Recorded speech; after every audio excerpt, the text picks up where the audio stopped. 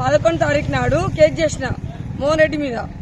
అయితే నీ కొడుకు కాదా, నువ్వు అనలేవా రూపాయి ఇమ్మన్నా చారని ఇమ్మన్నా, నా ఆధార్ కార్డు అట్లు ఎందుకు కొట్టేపించినావు అని అడిగితే సపోర్ట్ చేస్తలేడు. మోహన్ రెడ్డి కూడా వచ్చిండు ఆయన పోలీస్ స్టేషన్ లో వచ్చిండు, సపరేట్గా పోయిండు. ఆయన దొంగ కాయిదాలు పెట్టిండు. నా కొడుకు ఆధార్ కార్డు అది ఈ స్కూల్లో సర్టిఫికెట్లు కూడా కొట్టేపించిండు. ఇప్పుడు 5వ తరగతిలో బీసీ కాలనీ స్కూల్లో చదివిండు.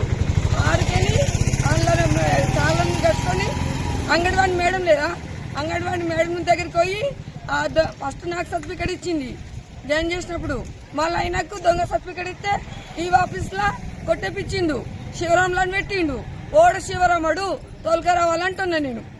ఆడే భర్త అనంట నాకు నా కొడుకు ఆయన మోహన్ రెడ్డి కుట్టలేడంట. మరి శివరాముడు అంటే ఇప్పుడు ఎస్ఐ దగ్గర కూడా శివరాములు అని ఫైల్ పెట్టిండు. మరి ఓడ శివరాములు తోలుకరావాలి. తోలుకొస్తేనే అది ఏదో నిర్ణయం అవుతుంది. అంతదాకా నేను లేవా.